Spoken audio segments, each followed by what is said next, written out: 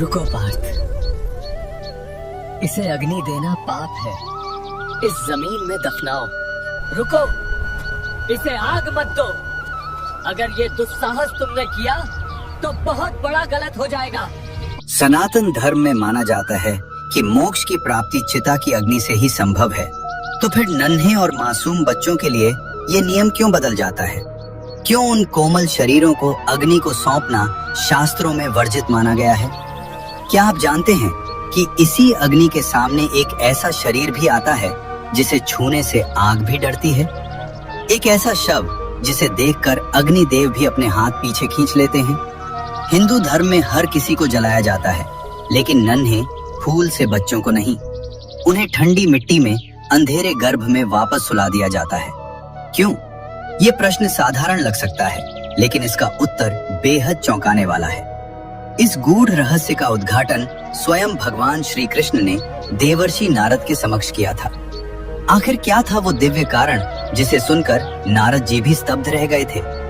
आइए इस वीडियो में उस परम सत्य से पर्दा उठाते हैं। एक बार की बात है, द्वारका की शाम आज कुछ अलग थी। रोज हवाओं में जो शीतलता होती थी, आज उसकी जगह एक अजीब सी खामोशी ने ले ली थी। समुद्र की लहरें जो सदैव अपनी गर्जना से तटों को जगाए रखती थी, वे भी जैसे आज मौन साधकर किसी अनहोनी की प्रतीक्षा कर रही थी। श्री कृष्ण अपने महल के उपवन में अकेले बैठे थे। उनकी उंगलियां उनकी प्रिय बांसुरी पर थीं, जिसे बजाते ही तीनों लोग मंत्रमुग्ध हो जाते थे। लेकिन आज उनके होंठ स्थिर थे। वे कुछ बजा नहीं रहे थे, बस शून्य में निहार रहे थे, जैसे वे उस सन्नाटे को सुन रहे हों जो आने वाले तूफान का संकेत था। तभी आकाश मार्ग से एक ध्वनि गूंजी, लेकिन यह वो ध्वनि नहीं थी जिसका द्वारका अभ्यस्त थी। वीणा की एक टूटी हुई बेसुरी तान सुनाई दी, जिसमें संगीत कम और पीड़ा अधिक थी। नारद मुनि वहां प्रकट हुए। वही नारद जिनके आगमन से वातावरण में नारायण नारायण का उल्लास भर जाता था, आज बिल्कुल शांत थे। उनके चेहरे पर आज कोई जिज्ञासा नहीं, कोई नई खबर सुनाने का उत्साह नहीं, बल्कि एक गहरी पीड़ा और सुलझने वाली उलझन की लकीरें थीं। उनकी आंखों में वो चमक नहीं थी, बल्कि एक ऐसा प्रश्न था जिसने उनकी शांति छीन ली थी।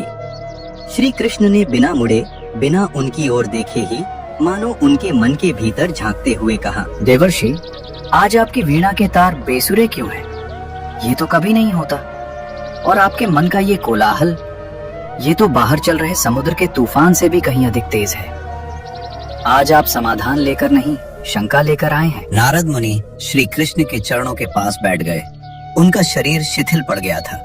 उन्होंने एक गहरी सांस ली और भारी स्वर में बोले, केशव, आप अंतर्यामी हैं, फिर भी आज मुझे कहना होगा। आज मैं मृत्यु लोक से, उस धरती से एक ऐसा दृश्य देखकर आ रहा हूँ जिसने मेरे समस्त ज्ञान, मेरे सारे तर्कों को चुनौती दे दी है। प्रभु, मैंने वहां मृत्यु के दो रूप देखे। एक तरफ मैंने एक पिता को देखा। उसके बूढ़े पिता की मृत्यु हुई, शरीर जर्जर हो चुका था। उसने पूरे विधि विधान से चिता जलाई। अग्नि ने उस शरीर को भस्म किया, पंच तत्व में विलीन किया, और वहां खड़े सब ने हाथ जोड़कर कहा, इन्हें मुक्ति मिल गई। वो दृश्य संतोषजनक था केशव। नारद का स्वर अचानक कांपने लगा। उनकी आवाज में एक रूह कंपा देने वाली नमी आ गई। लेकिन ठीक उसी समय, उसी शमशान के दूसरे वीरान कोने में मैंने एक बदनसीब माँ को देखा। उसकी गोद में उसका 3 वर्ष का मृत बालक था, एक फूल जैसा कोमल शरीर। प्रभु, वो माँ अपने बच्चे को अग्नि नहीं दे पाई। लोगों ने कहा, बच्चे को जलाया नहीं जाता, और उस माँ की चीखों के बीच उस बच्चे को उस ठंडी अंधेरी मिट्टी में गाड़ दिया गया। नारद ने आवेश में आकर पूछा, क्यों केशव, ये भेद क्यों? क्या उस नन्हे बच्चे को मुक्ति नहीं चाहिए? क्या अग्नि उस पर दया नहीं करती? हम कहते हैं कि अग्नि पावन है, वो सब कुछ शुद्ध करके आत्मा को मुक्त करती है। तो फिर उस मासूम को उस शुद्धि से वंचित क्यों रखा गया? उसे कीड़े मकोड़ों के बीच मिट्टी में क्यों दबाया गया? अगर अग्नि ही मोक्ष का द्वार है, तो उस बालक के लिए वो द्वार बंद क्यों था? ये अन्याय नहीं तो और क्या है? श्री कृष्ण धीरे से मुस्कुराए, लेकिन यह मुस्कान विनोद वाली नहीं थी। उनकी आंखों में एक गहरा सागर था जिसमें अनंत करुणा थी। वे बहुत ठहराव के साथ बोले, देवर्षि, जिसे तुम अपनी मानवीय दृष्टि से अन्याय समझ रहे हो, वो वास्तव में सृष्टि का सबसे गूढ़ विज्ञान है, जिसे केवल एक योगी ही समझ सकता है। अग्नि का धर्म है जलाना। वो अशुद्धियों को भस्म करती है। वो संस्कारों और कर्मों के बंधनों को काटती है। लेकिन देवर्षि, अग्नि भी विवश हो जाती है। उसका ताप भी ठंडा पड़ जाता है जब उसके सामने जीवन अपने शुद्धतम निर्दोष रूप में आता है। नारद ने चौंक कर अपनी आंसुओं भरी आंखों से पूछा, विवश? तीनों लोकों को भस्म करने की क्षमता रखने वाले अग्निदेव विवश? ये कैसे संभव है प्रभु? क्या मासूमियत अग्नि से भी बड़ी है? श्री कृष्ण ने उनकी आंखों में सीधे देखते हुए कहा, हाँ देवर्षि, मासूमियत का तेज अग्नि के ताप से कहीं अधिक होता है। तुम्हें ये परम सत्य समझाने के लिए मुझे तुम्हें उस प्राचीन कालखंड में ले जाना होगा जब स्वयं अग्निदेव को प्रकट होकर ऋषियों के सामने अपनी विवशता स्वीकार करनी पड़ी थी। अपने चित्त को शांत करो और ध्यान से सुनो। ये कथा महान ऋषि उग्रतपा की है और उनके पुत्र की उस चिता की जो कभी जली ही नहीं। श्री कृष्ण ने अतीत के पन्नों को पलटते हुए कथा आरंभ की। ये बात सतयुग और त्रेता युग के उस संधि काल की है जब धरती पर मंत्रों की शक्ति आज से कहीं अधिक प्रबल थी।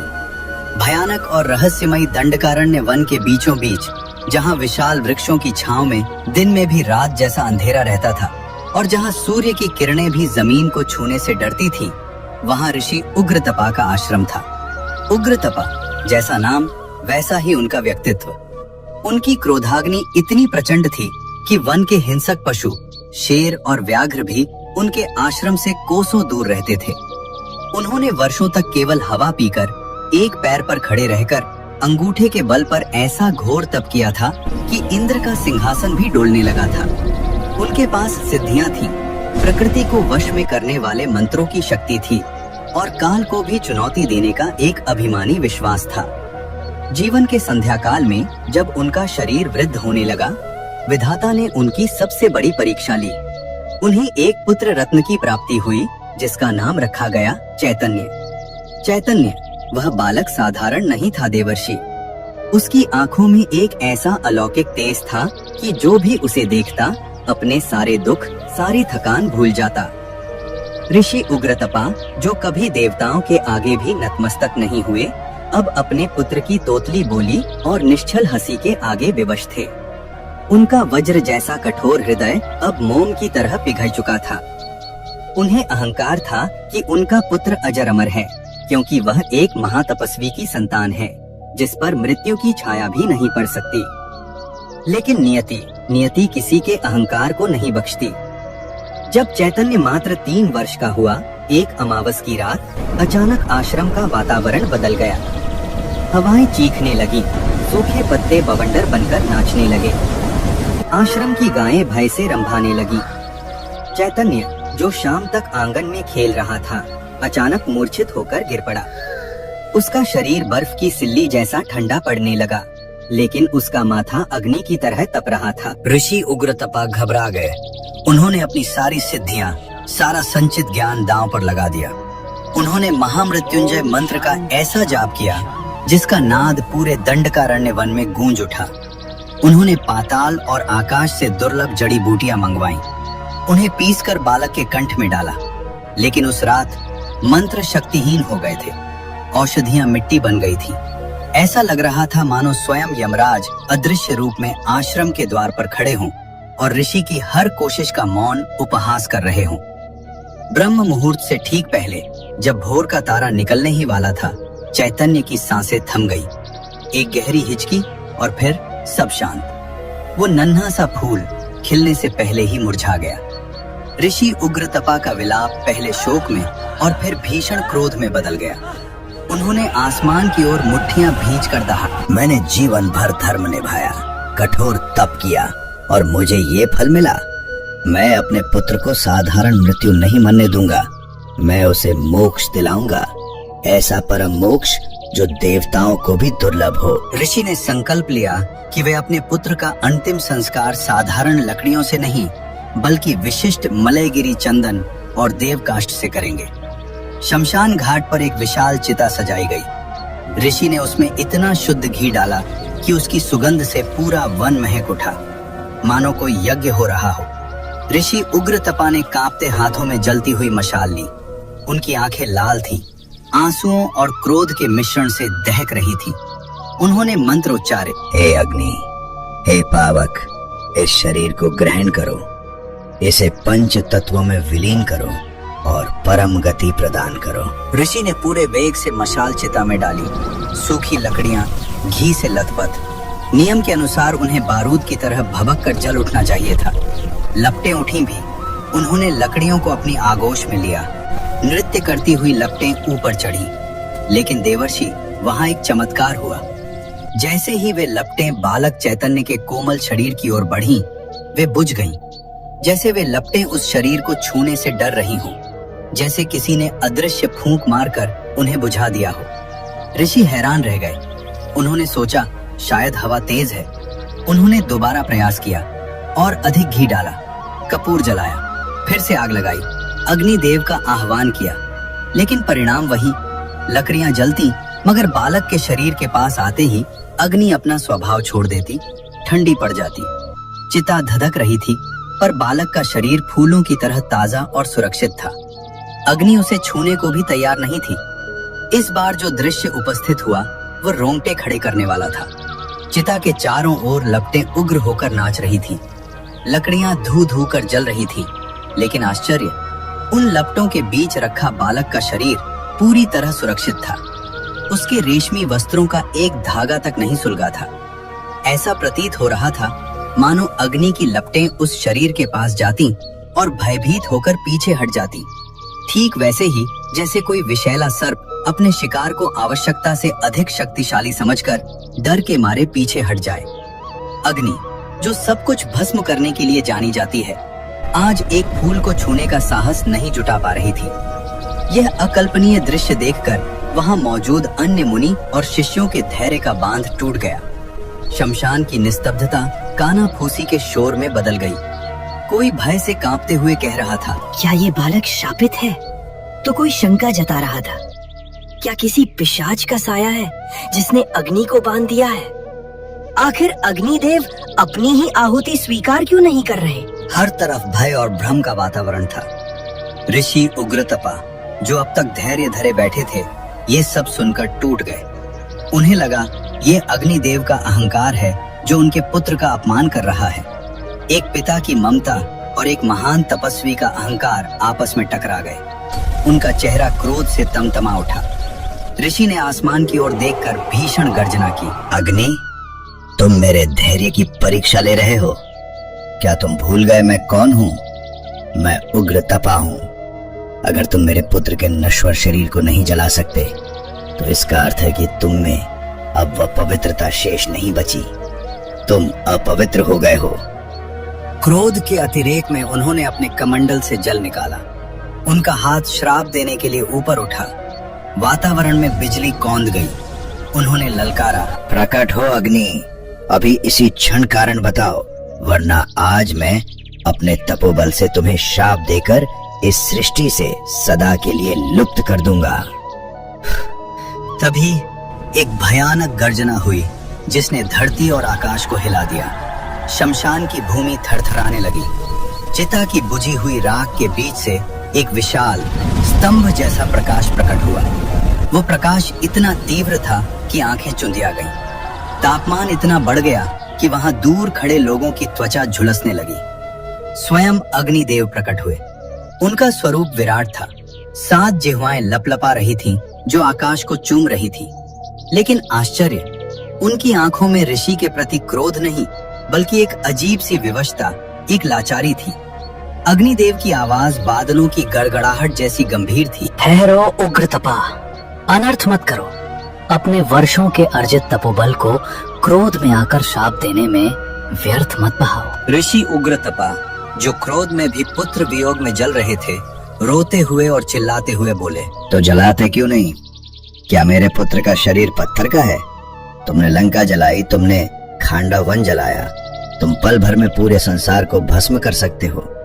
तो इस 3 हाथ के बालक को जलाने में तुम्हारे हाथ क्यों कांप रहे हैं? न्याय करो अग्नि, न्याय करो। अग्निदेव ने अत्यंत शांत और गंभीर स्वर में कहा, ऋषिवर, अपने क्रोध को त्यागिए और अपनी दिव्य दृष्टि खोलिए।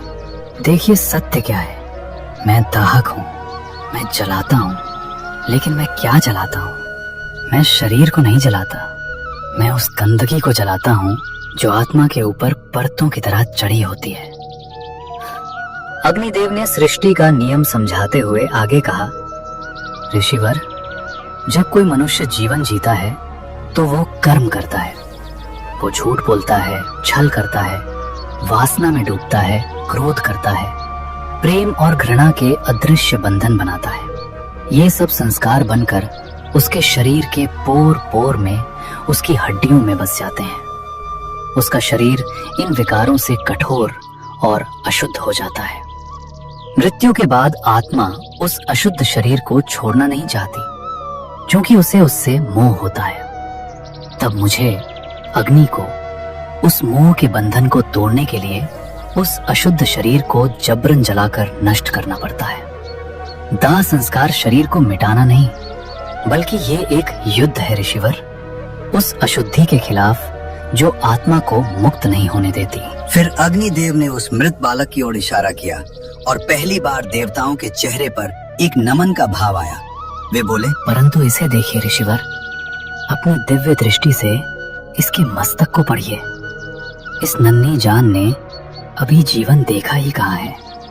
इसके मन में न मैं का अहंकार है, न तू का द्वेष। इसने न कभी झूठ बोला, न कभी किसी का बुरा चाहा। इसकी आत्मा पर कर्मों की, पाप या पुण्य की कोई परत नहीं है। ऋषिवर, ये शरीर नहीं है, ये तो जमी हुई ओस की बूंद है। ये साक्षात ईश्वर का ही विशुद्ध रूप है। अग्निदेव का स्वर अब विनम्र और प्रार्थना पूर्ण हो गया। मैं अशुद्धि को जला सकता हूँ, पवित्रता को नहीं। जो पहले से ही कुंदन है, उसे आग में डालकर मैं क्या शुद्ध करूंगा? यदि मैंने इसे जलाने का प्रयास भी किया तो ये ब्रह्म हत्या के समान महापाप होगा। ऋषिवर, समझिए, ये कच्चा घड़ा है। एक कुम्हार पके हुए घड़े को तोड़ सकता है, लेकिन कच्चे घड़े को आग में नहीं पकाया जाता, ना ही तोड़ा जाता है। अगर कच्चा घड़ा खंडित हो जाए तो उसे फेंका नहीं जाता, उसे वापस गीली मिट्टी में मिला दिया जाता है, ताकि कुम्हार उसे फिर से नए रूप में कर सके। अग्निदेव ने अंतिम निर्णय सुनाते हुए कहा, इसे मुझे मत सौंपिए। अग्नि इसका घर नहीं है। इसे उसकी गोद में दीजिए जो इसकी असली माँ है, धरती माँ। इसे बीज की तरह बो दीजिए। अगर आप बीज को जला देंगे तो वो राख बन जाएगा, लेकिन यदि आप उसे धरती में बोएंगे तो वो विश्राम करेगा, अपनी जड़ों को पुनः प्राप्त करेगा और एक दिन फिर से नए जीवन के रूप में खिल उठेगा। अग्निदेव के ये वचन सुनकर ऋषि उग्रतपा का शरीर कांप उठा। उनके हाथ से वो कमंडल छूटकर गिर गया जिससे वे अभी श्राप देने वाले थे। उनका सारा क्रोध आंसुओं के सैलाब में बह गया। उन्हें अपनी भूल का एहसास हुआ। वे अपने अहंकार में मोक्ष की जिद कर रहे थे, जबकि उनका पुत्र तो पुनर्जन्म की यात्रा पर था।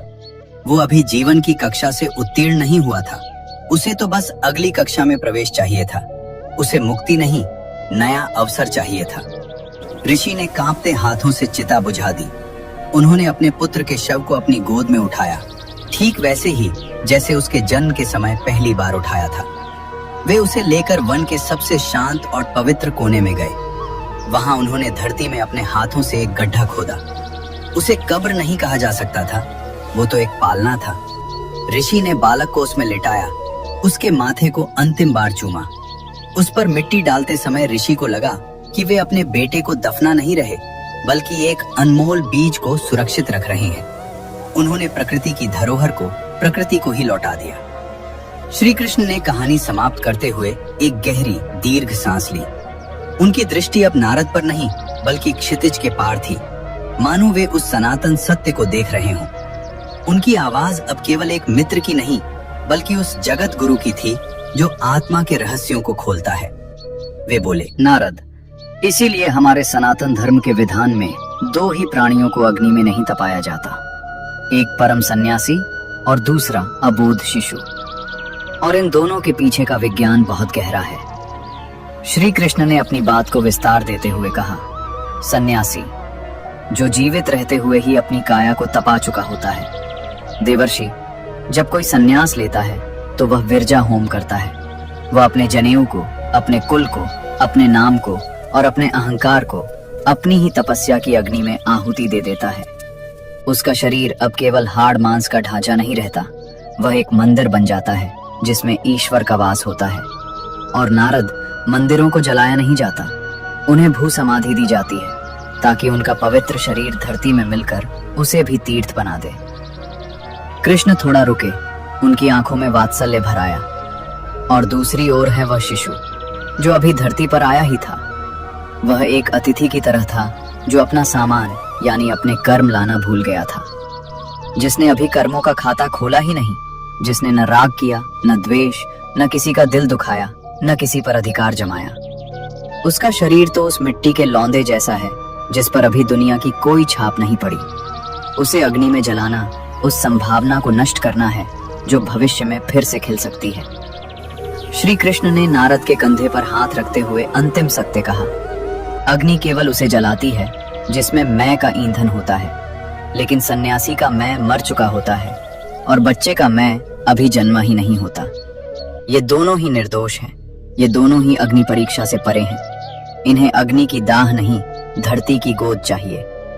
धरती जो माँ है, जो सन्यासी को अपने भीतर समेटकर विश्राम देती है और शिशु को अपने गर्भ में लेकर फिर से एक नए जीवन के लिए तैयार करती है। नारद मुनि जो कथा के आरंभ में प्रश्न लेकर आए थे, अब उनकी आंखों से अविरल अश्रु बह रहे थे। उनका हृदय भर आया था। उनकी जिज्ञासा अब भक्ति और ज्ञान में बदल चुकी थी। उन्होंने हाथ जोड़कर मस्तक झुकाकर कहा, हे केशव, आज मेरे नेत्र खुल गए। आज समझ आया कि शमशान में वो माँ क्यों नहीं रो रही थी जब उसके बच्चे को दफनाया जा रहा था। शायद उसकी ममता जानती थी कि अग्नि उसके फूल को जला नहीं सकती। उसे भी पता था कि उसका बच्चा मरा नहीं है, बस माँ धरती की गोद में सोने गया है फिर से जागने के लिए। और दोस्तों, इस तरह वो रहस्य सुलझ गया। तो अगली बार जब आप किसी नन्हे फरिश्ते को धरती की गोद में जाते देखें तो शोक न करें, बल्कि यह याद रखें कि अग्नि केवल उसे जलाती है जिसमें अहंकार का ईंधन होता है। मासूमियत तो आग से भी ज्यादा पावन होती है, जिसे स्वयं अग्नि भी नमन करती है।